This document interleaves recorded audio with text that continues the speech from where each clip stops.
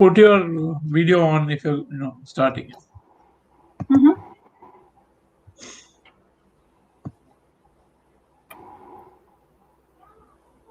I'm just waiting for go live. The YouTube is still not showing it.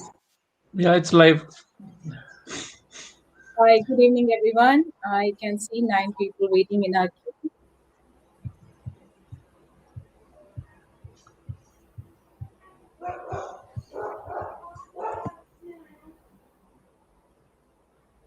So, welcome all to our first session of Basic Course in summer 2021.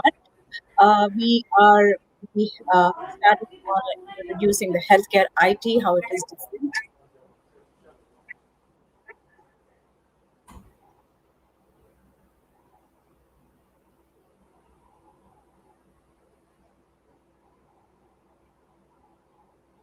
My voice is coming double. Is it everybody having the Y- problem?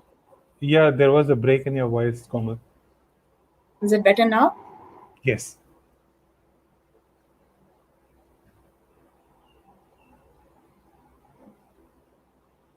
Okay. Am I audible? Yes, you are audible. Okay. So once again, hi, welcome all, and we'll be starting with our first session on healthcare IT is different. The session is going to be conducted. The lectures will be given by our leader, Dr. Pankaj and Dr. Balaji. So we'll get going with everyone. Towards, I would request everyone to just post their questions or comments, feedback for the session in the chat window, and towards the end of the session, we'll be picking it up. So over to you, Dr. Pankaj. Thank you, Komal. So, do we have everybody that needs to join, or do we need to sort of wait for people to sort of join? Should we just go ahead? We have 11 people in our queue watching with the stream live stream, Okay. so we can All right. wait for we can start and people can see Okay. it. Okay. All right. Thank you. Um, So our topic today is healthcare IT is different. Thank you very much for joining. This is going to be a series of sort of lectures where we are going to talk about digital health, starting from a very simple topic, but a little difficult to understand. Healthcare IT is different. Now, why is healthcare IT different? Healthcare and IT are two different paradigms. So is healthcare and management, and that is what has happened, where you brought in healthcare, uh, management and IT together to create digital health. And then I've had so many experiences all through my life wherever I created crossover teams. The digital health teams, now as it's called, whenever I brought in a healthcare and technology people together, the technology people didn't understand healthcare and healthcare people didn't understand technology. As a result, all that happened was pretty much fighting and no delivery, because that's what happens when nobody is able to understand each other. When I did this for the first time in my life, I was almost splitting my hair, and I was like, "What the heck is happening?" Over the years, I learned that this is the way to go, over and over and over again. Every time I created a new team, it was either an IT company gave me a bunch of IT folks, and then I got a bunch of healthcare folks, and then they expected that both of them will start talking each other's language within a short period of time. In healthcare and IT, that doesn't happen. It takes a long time for one to absorb the other. You may have seen this happen in many other industry verticals, in insurance, in banking finance, in manufacturing, in telecom, retail. A lot of these sectors, you bring in domain expert, you bring in a technology guy, and the technology guy will learn from the domain guy and start operating in a very short period of time. It doesn't happen in healthcare. It doesn't happen in healthcare. I will tell you, I mean, that is the entire presentation today. why it doesn't happen. I'm going to tell you or try to explain to you why it doesn't happen, and then what are the ways of making it happen. What are the different nuances or the fine nuances for making sure that we don't stumble and fall. I have learned it by stumbling and falling again and again. It's not that I've learned how to sort of navigate this in one day. So has my colleague Dr. Balaji. I know he had a very similar background where we stumbled, fell, learned to walk again, and out of 90% of out of 10 things that we may have done, 90% actually did not succeed. It's only the 10% that succeeded told us how to make the next one work better. So, Dr. Balaji, do you want to add anything to that? I don't think so. Yeah, I think you pretty much said it all. Yeah, it's been quite a journey to realize that healthcare IT truly is different, very much different. As we go through this session today, we'll sort of get a glimpse of how we need to think about this elephant. So go ahead, Pankaj. Yeah. Thanks, Balaji. So next slide. So doctors are right brain creatures, it is said. The reason being, the training in a medical college, pretty much, I'm saying doctors, but pretty much every clinician, even nurses and paramedics and everybody. So it is a very different training as compared to engineers. In the engineering world, everything is driven by grids and numbers, whereas in a medical college, everything is subjective. I remember my days when, I being a dentist, when I joined the dental college, my professor first used to sort of show me, see, this is bluish, see, this is pale, see, this is red, this is, this is a different color, or, this is patchy, and this is glossy and all that. All I could see was just red, pink. There was no difference between any of that. And this guy was able to look at the patient and say, this patient is pregnant, this patient has anemia, this patient has icterus, this patient has something else. All those things, my professor was able to do. And I was able to see only one color, which was pink, pinkish red, nothing else. But what happened was, over the next couple of years, it took about 4 years of training to reach a point where I was able to see what this guy was telling me in my first year. Now, this is the training. It's just an example of the training of a medical college. And, every specialty has their own nuances. So the same thing happens in ophthalmology, the same thing happens in gynecology.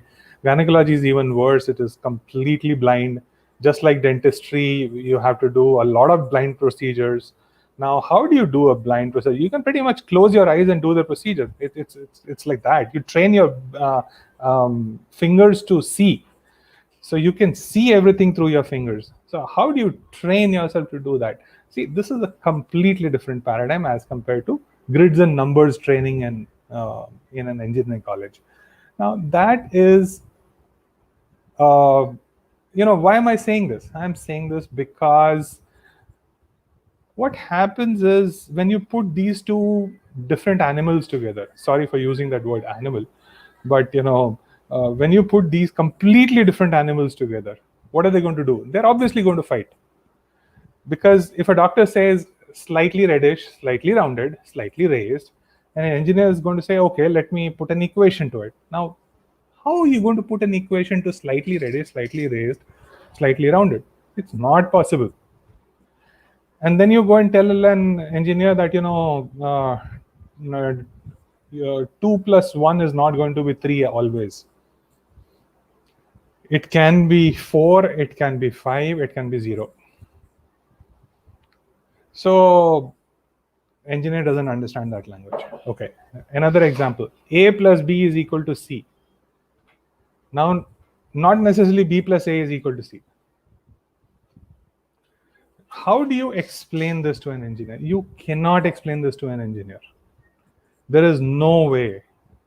So I've had those long sessions with very, very seasoned consultants sitting with me, trying to eat my head and say, what is this voodoo that happens in the doctor's brain to figure out that, this is the diagnosis? So, okay, there has to be a logic there. So let's put that logic on paper, and let's try to train an artificial intelligence or, a rule-based engine to sort of replicate what goes on in a doctor's brain. And it was only after having done that couple of times with these highly trained, completely nerdy consultants that I figured out that they're just completely going on a wrong path. It's just not possible. It is not possible because the way the doctor's brain works is by it's listing and ruling out the list. So you rule out everything. Whatever remains at the bottom, that's most probably it. But it's most probably. And if you rule that out also, then what do? Start all over again. Then you put the list all over again and start ruling out. And continue until you find out what it is. Now, tell an engineer this is the way to work. Engineers will say you're lunatics. Well, that's how a doctor's brain is trained to work. And if you have to make these two work together in a specialization called digital health, how are you going to ever do this? So I and some people like me, Dr. Balaji, a couple of others in our team, we were able to cross over from healthcare into technology. It's only when we crossed over from the right side of the brain to the left side of the brain, we were able to see how the other person thinks. But until we had done that crossover, we were not able to see the other's point of view. And that took us a couple of years. It didn't happen overnight. It took, actually, for me at least, it took, even after, I have a master's in computers and everything. But even after doing that, I was not a true crossover. It took me at least 5 years of stumbling and falling before I became a true crossover. So it doesn't happen overnight. It comes with a lot of struggle. So the point is that, if the engineers don't understand you, majority of the forum today is doctors. So I'll say, it's okay. I mean, don't get upset. So, if you have to work together with engineers, they're not lunatic guys. They're not mad people. They're normal people, just that, they have a completely different way of thinking. That's all it is. So next slide.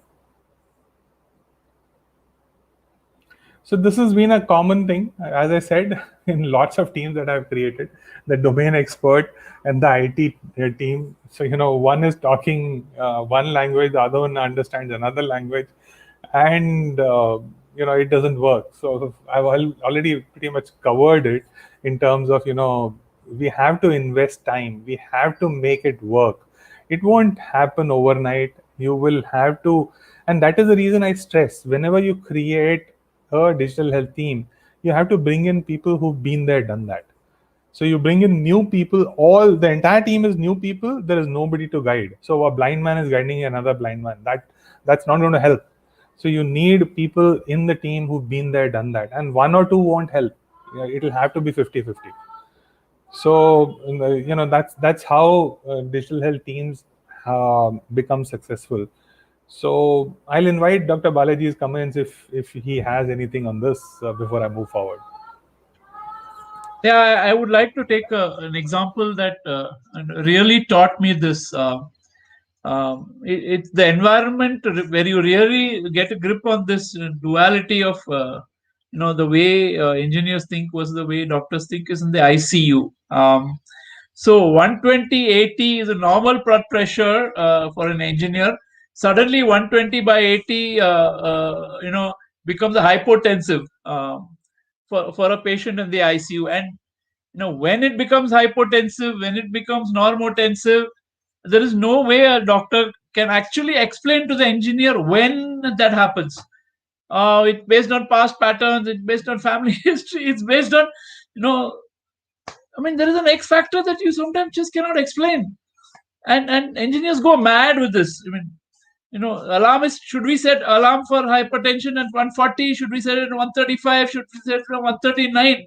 No, it's contextual. And then, how do we set an alarm? I mean, the discussion has gone sometimes for weeks and months on such topics. Just an example where it really, really hits home when you're trying to design for an ICU environment. Absolutely right. Depending upon so many factors, even 150, 100 could be normal. Yeah. So, okay, next slide. So this is what I was talking about, the different ways of training. So just delving a little bit deeper into that thought process. See, the clinicians, in terms of lists and rule outs, a lot of intuition plays a role in that. Now tell a engineer that, make decisions based on intuitions, they're going to throw you out.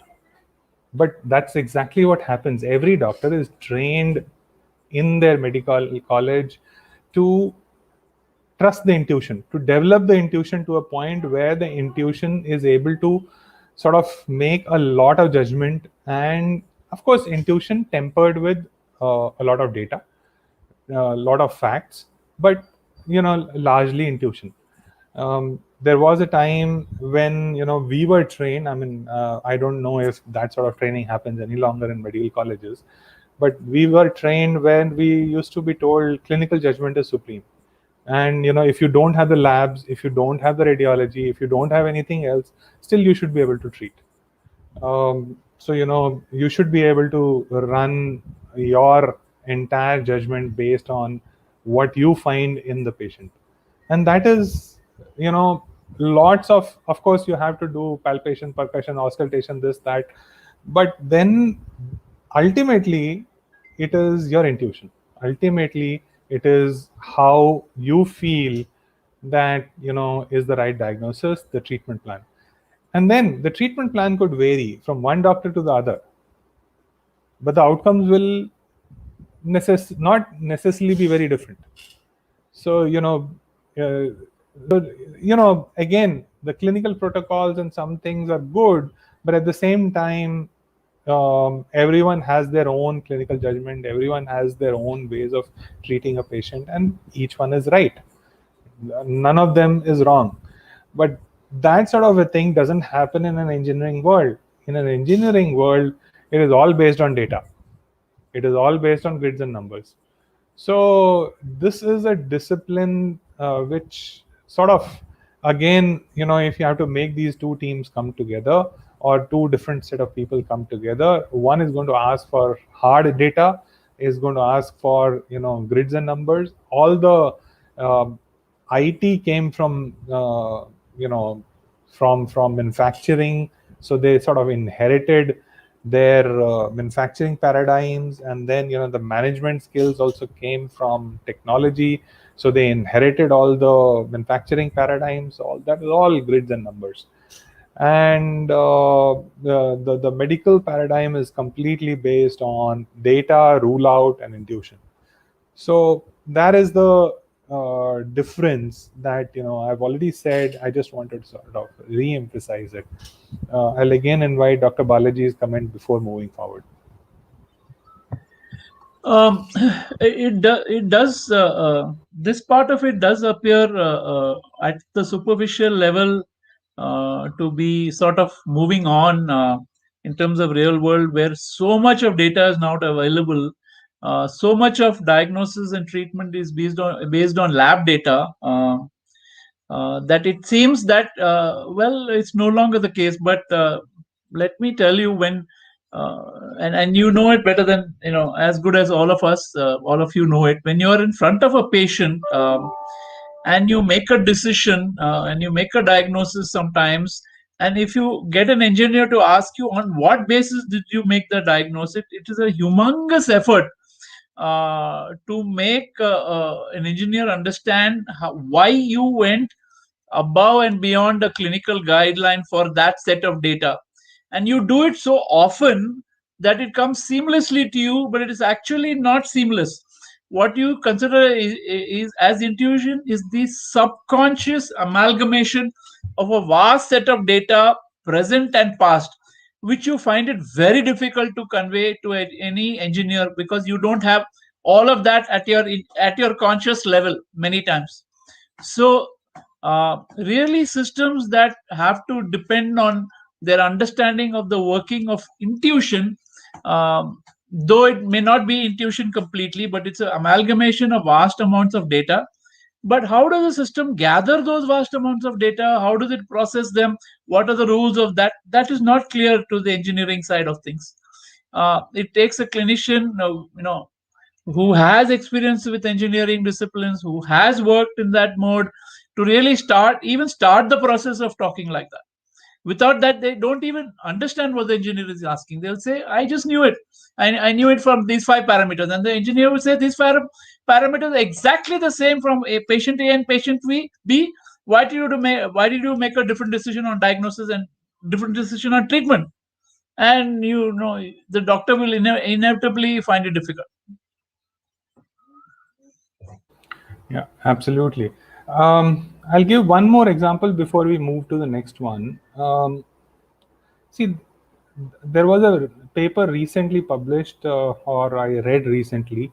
It was a paper from Japan where they said that artificial intelligence was given a set of retinal scans, and artificial intelligence model was able to detect a whole lot of things that a human was not able to do. The best of the doctors were not able to do. When I sort of went deeper into the paper, it said, it was able to detect hypertension way early than anybody else clinically was able to.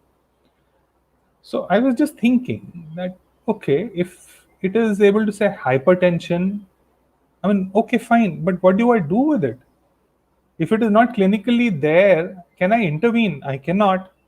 Then what is that information relevant to me? I mean, okay, it's good information. What do I do with it as a clinician? Okay, maybe I can give it to a wellness expert and say, put him on a wellness program so that the person's hypertension gets delayed. All right, maybe. But other than that, a clinician really cannot do anything. So that's useless data for a clinician. Now that is a problem with the engineers versus doctors. And it is really hard to explain. So I'm just trying to put it by examples. Next slide.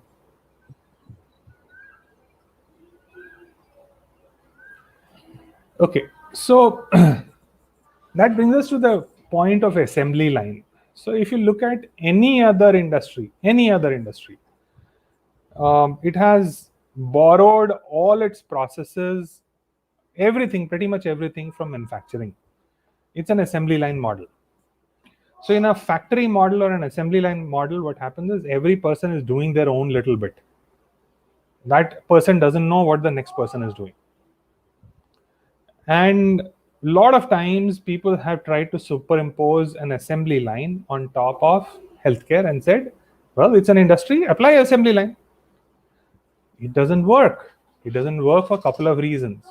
One, in an assembly line, what happens is when, say, a person is trying to tighten a nut and that nut is not getting tightened, what are the principles in assembly line? You're supposed to pick up that piece and put it aside on a separate assembly line, a separate line. Somebody will deal with it. You don't waste your time. You move to the next. And you are specialized in doing only that nut. If you are asked to go and weld something else, it doesn't work. You don't know that. Assembly line is not tuned for that. Now try doing that in healthcare. Healthcare is exactly that other line. It is not this main assembly line, because every patient that is coming in, there is a nut that is not getting tightened. And how long will it take to make you tighten that nut? You don't know. Can you leave it aside? Nahi, ye tighten nahi ho raha hai, isko chhod do. Let it be. You can't do that. And if it requires welding, you are the guy who has to do the welding also. You can't say that I am a nuts guy, I can't do the welding. So it's a very different paradigm. When you superimpose assembly line on top of healthcare, it just doesn't work. But that is exactly what will happen is when you bring in engineers into healthcare, they will superimpose assembly line on healthcare. That is exactly what will happen when you bring in managers who are general managers and superimpose them on a healthcare. They'll start applying assembly line principles, Kanban, this, that, on top of healthcare. No, that doesn't work. I mean, okay, I should not say that doesn't work, but it doesn't work carte blanche. You have to temper it, you have to modify it, you have to apply it to healthcare in a very different way. It requires a whole lot of experience to be able to apply it to healthcare. It is not going to happen that you just apply it straight away. The vanilla principles of assembly line will definitely not work on healthcare. So again, before I move forward, I'll invite Dr. Balaji's comments.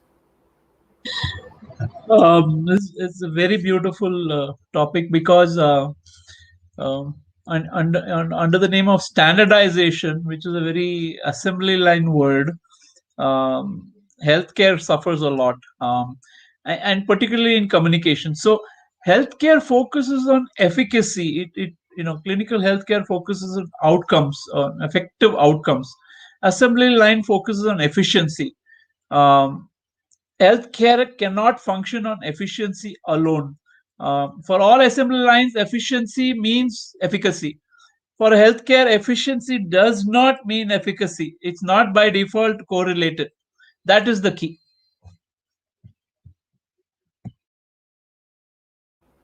Yeah, that's interesting. Would you want to elaborate a little bit, Dr. Balaji, on that? Because I'm not sure everybody got it.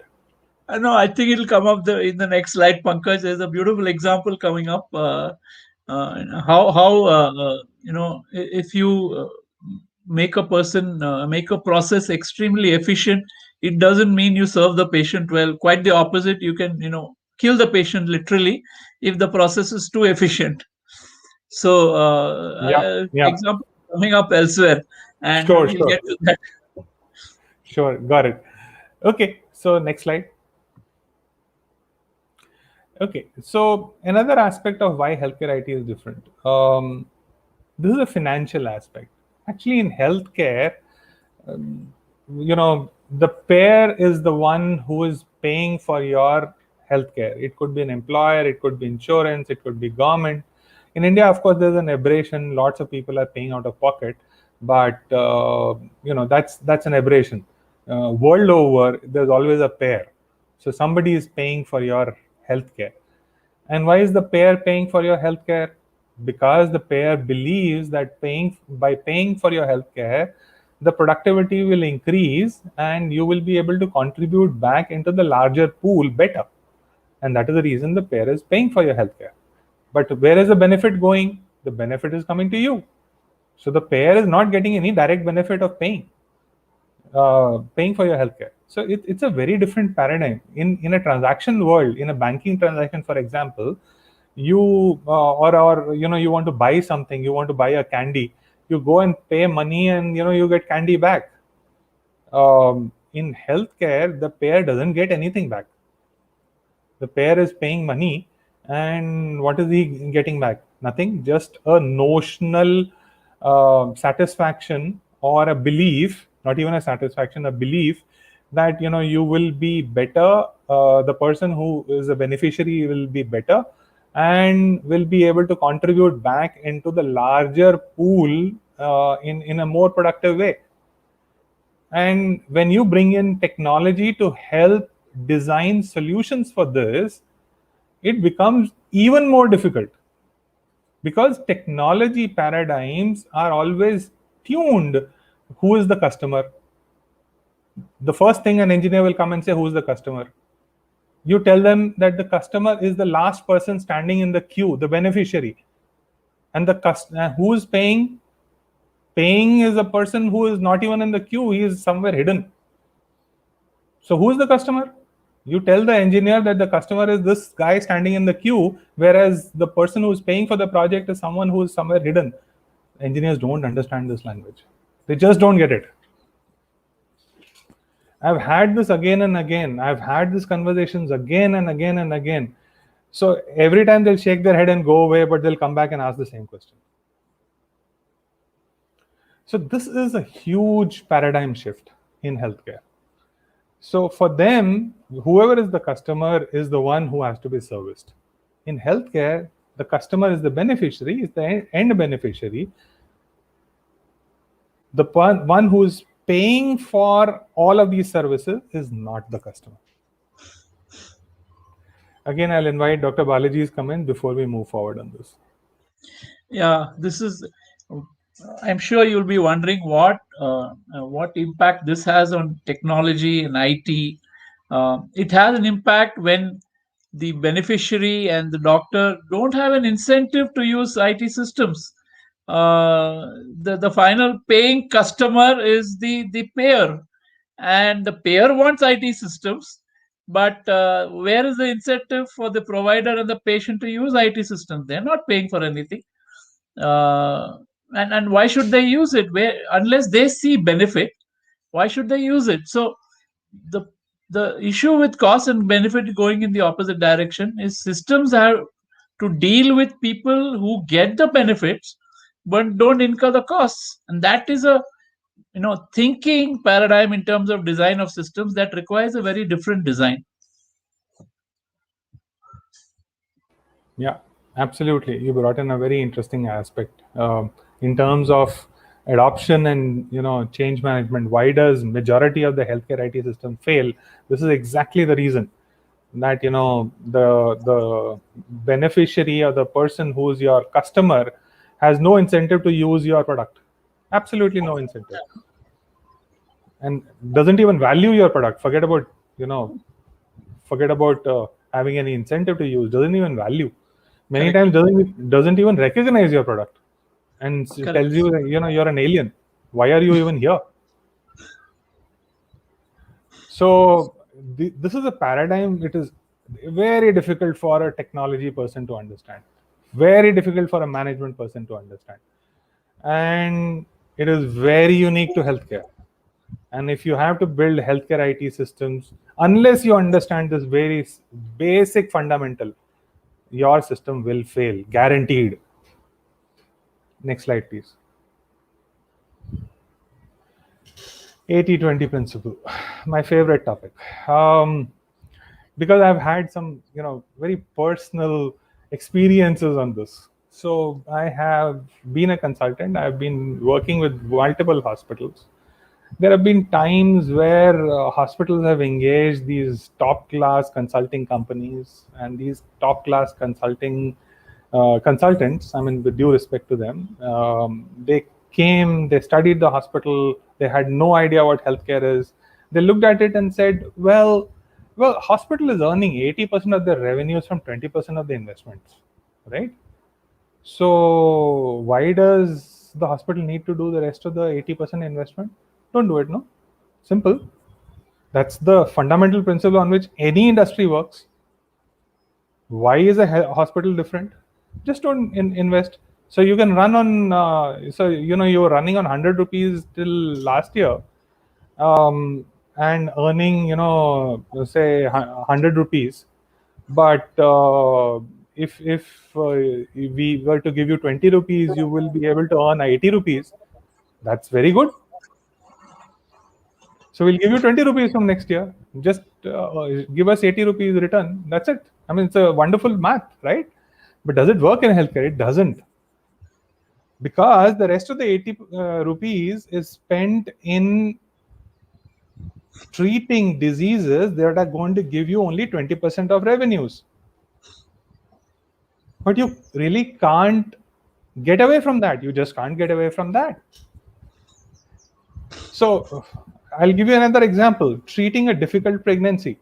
Now, a difficult pregnancy is going to give you only that, whatever is the package, right? For the pregnancy, you're going to get only that much money.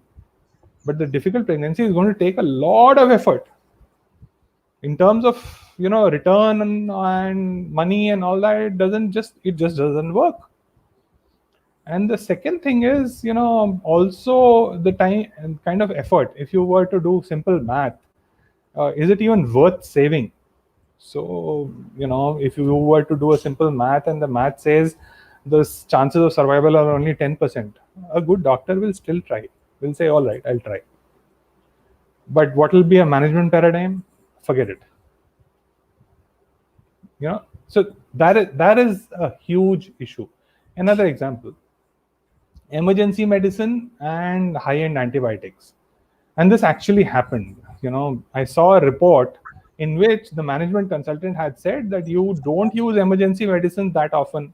You don't do the crash. You don't sort of crash the cart. You don't sort of, the crash cart doesn't get really used. You don't break the glass. High-end antibiotics, they are just lying there. They get expired. You don't use it. Why do you even keep it? Don't keep it. You don't need it on every floor. Keep it one somewhere. You use only once in a while, right?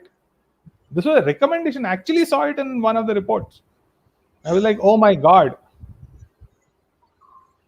Oh my God. I mean, I really, I can't explain what I did. I really blew my top. I went and,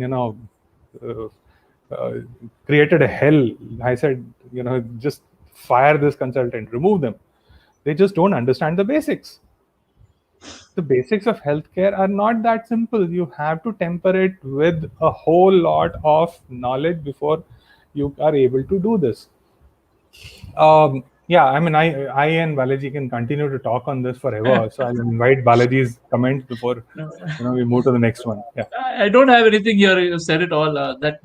This is what I was talking about when I said efficiency versus efficacy. To achieve an efficacy of 80 rupees, it's not that you do 20 rupees. No, the remaining whatever 60 odd rupees is meant to support the effectiveness of the the service delivery of used by the 20 rupees. So without having emergency medicine stock, you cannot service the patient. Bottom line. So that efficacy versus efficiency is very, very on the assembly line is very, very clearly shown here. That the 80-20 rule management paradigm comes from the manufacturing, from the assembly line, and it causes severe problems when applied to healthcare. The classic example is expiry of emergency medicines. Next slide, please. Okay, so see, humans are an evolving species. We are evolving. We are living animals. So is infectious diseases. The problem with engineers is they come and say, give me the release manual. Well, when you were born, your mother didn't give you a release manual. So, they will come and say, okay, if you are a machine, you're working well, then, you should have ABC in place. Well, not necessarily. There are too many variations. The animal is not evolving not only at every birth, but also while living, the animal is evolving. The evolution continues to happen constantly. And this is an evolution that you have to deal with. You have to respect it. It is going to be, if you understand this evolution, all biologists understand it, but engineers just don't get it. So, for example, there is a blockage of a coronary artery. Now it's a 50% blockage. Or a 60% blockage. Now an engineer will say, okay, fine, put a stent. Whereas a good cardiac surgeon will say, okay, let's wait and watch. Maybe a collateral circulation will develop and maybe you will not need it. Maybe there will be other factors that will take over. You may not need a stent. But then that's hard to explain to an engineer. So, and on the other side, the diseases, they are also evolving. Right now we are in a pandemic. We are seeing all the variants coming out every now and then. Now, and then I've had those questions from lots of my engineering friends. they come and say, why does this damn thing evolve? It is there, so we have found the antibodies to it, so job done. I said, no, the job is not done. It will continue to evade the antibodies. It will continue to figure out ways of evading. It will continue to evolve. It's a constant war. And this constant war is not just with the virus and the bacteria, but also it is with the vectors. So the vectors that carry it, fortunately in this pandemic there is no vector, but there is a medium. Of course, it's the air is the medium, but there is no vector. But then there are vector-borne diseases, and the vectors are evolving. The vectors are evolving to sort of hoodwink all the methods of controlling those vectors, and they continue to evolve. Recently I heard somebody trying to genetically modify the vectors so that the vector population becomes sort of neutralized. I actually looked towards God and said, God save us, because that is engineer's mind really playing with the devil. I really don't know where those things are heading. So basically what I'm trying to say is that the humans are evolving, the diseases are evolving. Humans did not come with a release manual. The release manual comes with most of the engineering goods. They do not come with living organisms. So if engineers have to work in healthcare, they have to learn to live with a machine that doesn't have a release manual. Dr. Balaji, would you want to add in anything? This should be a topic very close to your heart, Pankaj, because the classic example of this thinking has been the Human Genome Project. About 20 years ago, they said we will have the instruction manual for the human body, and they did have 20,000 genes or 200,000 genes. But they very, very quickly figured out that there is no way they can have any close to any beginning of any instruction manual just by sequencing the human DNA. It's not going to happen. So, that is a very, very classic example of thinking something is the user manual, something is the technical manual in the human body or the instruction manual. No, it's not going to happen. And I could go on this topic for quite a bit of time, but in the interest of time, that example is sufficient. Yeah, absolutely right. Even after the Human Genome Project did its job, what they figured out was the proteomics was a completely different ballgame. So how does the protein come out from those from those genetic code? So they had to reverse engineer and figure out that there are too many permutation combinations. It's not straightforward. So yeah, perfect. Next slide, please. So this is the final example that we have here, where we are talking that, see, engineering paradigms have not evolved to a point where the processes will become dynamic. So they are not able to emulate a dynamic system which is healthcare. Now in healthcare, what happens is it's very ubiquitous in nature. So the doctor is giving the order and the order is getting executed almost simultaneously. It doesn't happen in any other industry. So doctors are ubiquitous. They could be anywhere in the healthcare system and they could be giving orders, and it will be executed almost simultaneously. In any other industry, you will have an order department and an order fulfilling department. It doesn't happen in healthcare. It just cannot happen in healthcare. So the processes that has been sort of borrowed from all other paradigm management and IT paradigms and superimposed on healthcare are creating too much of trouble in digital health. And this is my problem with most of the IT companies who jump into healthcare without knowing what healthcare is. They will bring their CRM, supply chain management, and all kinds of horizontal solutions and superimpose on healthcare and say this will work. And they have all the conviction and say this will work. When it doesn't work, they say healthcare is too difficult, and then they shut shop and go away. So I've had these examples again and again and again, and if I start talking, then we'll run out of time. But I'll invite Dr. Balaji's opinion on that, and then we'll move to the next. Yeah.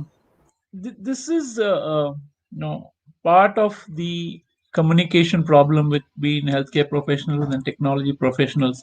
All of this that we have discussed so far is not meant to state that healthcare we are right or somebody is wrong. It's just the fact that we need to appreciate the limitations of each industry in the sense of the limitations of effective communication between these two thinking paradigms. And to that extent, we have to be aware and be patient on both sides.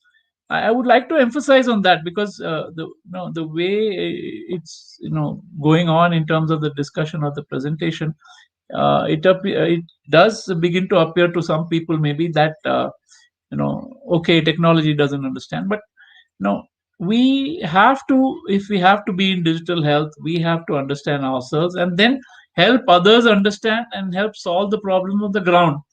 um, this is just one slide. Many slides came before that. So dynamism we'll talk about later. Subsequent slides are there, but I just want to make that point clear to all in case the sort of emotion or feeling that is being communicated.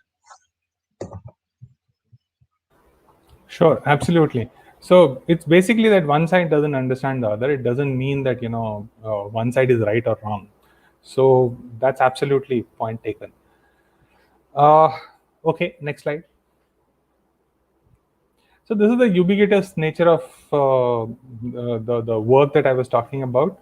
That doctors and clinicians are ubiquitous in nature. They are everywhere in the healthcare enterprise, and they're giving orders, and it's being fulfilled almost simultaneously. This doesn't happen in any other industry. So if you bring a solution from any other industry and superimpose on healthcare, it doesn't work, because they'll come and say, okay, tell me where the orders are going to be given. Tell me where it is going to be fulfilled. What is the turnaround time for orders? And I've seen these, turnaround time for fulfilling the orders. So many of the managers will come and start putting those KPIs on hospitals. Whenever I look at it, I laugh. I said, I don't know, this is a person who's never seen a hospital. So that is the reason, you really can't have those turnaround times. So you don't have those KPIs. You really just cannot superimpose KPIs brought from any other industry onto healthcare, because the time lag between giving an order and executing it could be nanoseconds, or it could be hours. But both are right. None of them is wrong. So this is actually a long debate, but I just thought, healthcare IT is different. That is the reason that all over the world, healthcare IT degrees are given. Lot of different crossover degrees are given. The kind of degree programs that are there and lot of teaching programs that are there, you will not find that for many other industry verticals. It is only in healthcare IT, or now digital health as it's called, that you have these kind of training programs, or very, very specialized training programs. Next slide. Yeah, so this is basically the culmination of all of the discussion we've had. So there is a healthcare paradigm, there's a technology paradigm, there's a management discipline. All of them are unique in their own ways. What is really required is to have all the three in the same brain. Unless you have all the three in the same brain, it will not work. If you put a management guy, a technology guy, and a healthcare guy together, it can, that sort of a paradigm can work in many other industries, but in healthcare, it just doesn't work. And that is exactly the reason why we are trying and putting all these efforts to try to put that knowledge in the same brain, trying to see that, seed that knowledge in the heads of healthcare people, and hope that the seed will grow. Because unless uh, all this knowledge is actually gathered, processed in the same brain by the same processor, it is not going to be of use.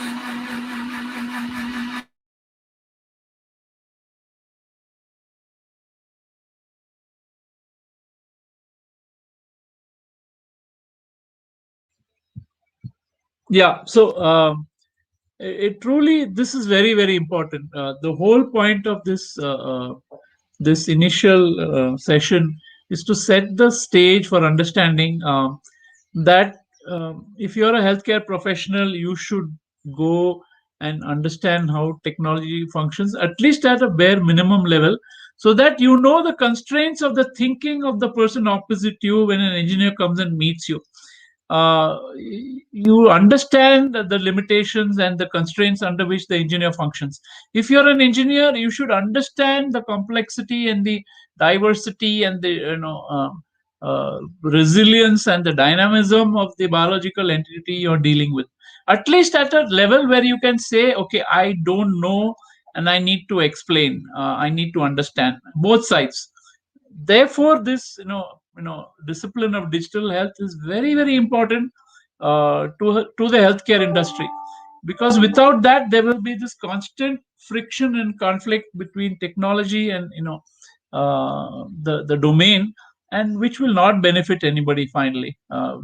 We have seen that in COVID, and this is the reason for our existence, that we want to send this message across for healthcare professionals. Please learn basic technology, please learn basic concepts of engineering, basic concepts of information technology, and engineers, please learn the basic concepts of healthcare and healthcare management and clinical discipline. Then the conversations will become meaningful. This extreme problem of adoption will start fading away, and we will really be able to benefit patients.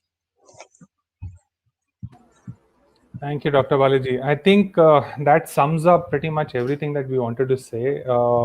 Next slide, and I think that's a closing slide. Yeah, so this is a beautiful quote from Florence Nightingale, which basically says that, clinicians can do their bit, but what really heals the patient is not really the medicine. There is something else that heals the patient. And it's very beautifully said there. We'll just end at that. Thank you so much. Thank you very much.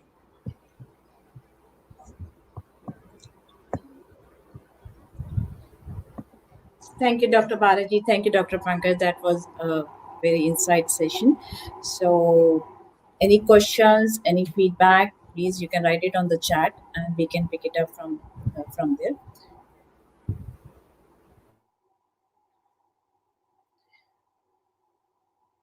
So one feedback we have from NAB is that since this is the first class, can you please tell us what this course is all about? So sure. So Dr. Pankaj, do you want to answer, or this is more like we are bringing healthcare and IT together? Yeah, so this is exactly what we were trying to convey in the last slide, that we are trying to seed the knowledge, the healthcare technology and management knowledge in the same brain. We're trying to seed it. We're trying to sort of create a process where experts are built who will be called as health informaticians, or people who will be digital health experts. But then, even if you don't want to become an expert, if you want to function going forward in a healthcare enterprise, gone are the times when you would find any healthcare enterprise that doesn't have digital health built into it. And very soon things are changing in India too. We have the National Digital Health Blueprint. We have the National Digital Health Ecosystem coming up. We have the whole paradigm of social media, mobile, analytics, artificial intelligence, Internet of Medical Things, all penetrating, coming and sitting in your pocket through your mobile. So you really can't avoid it. And as professionals who are working in healthcare, this becomes an essential part of your skill. And the way we are designing these programs is that you become the experts who go and teach further up. So you have to become the trainers for digital health. So we are trying to sort of get that knowledge to you. You become the trainers, and you go and train other clinicians to become digital health experts.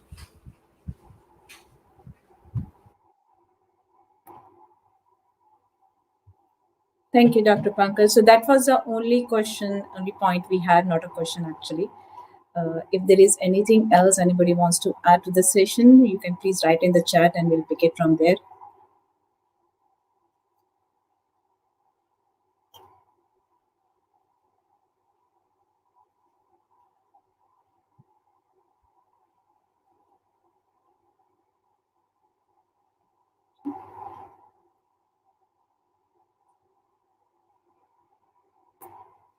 So I think there is no other question answers. We are good. So welcome again. This was our first session.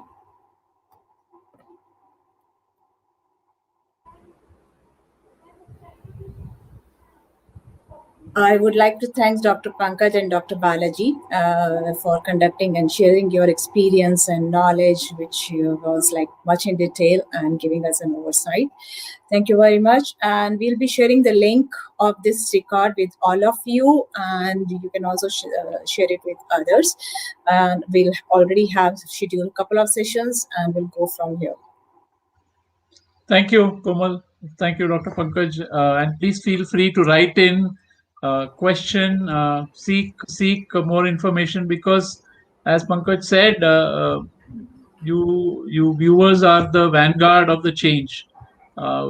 We can only help you, but you actually have to go out and teach this new paradigm to everybody out there. You are the educators. Thank you. Thank you. Thank you, everyone. We'll see you in our next session on Monday. Thank you.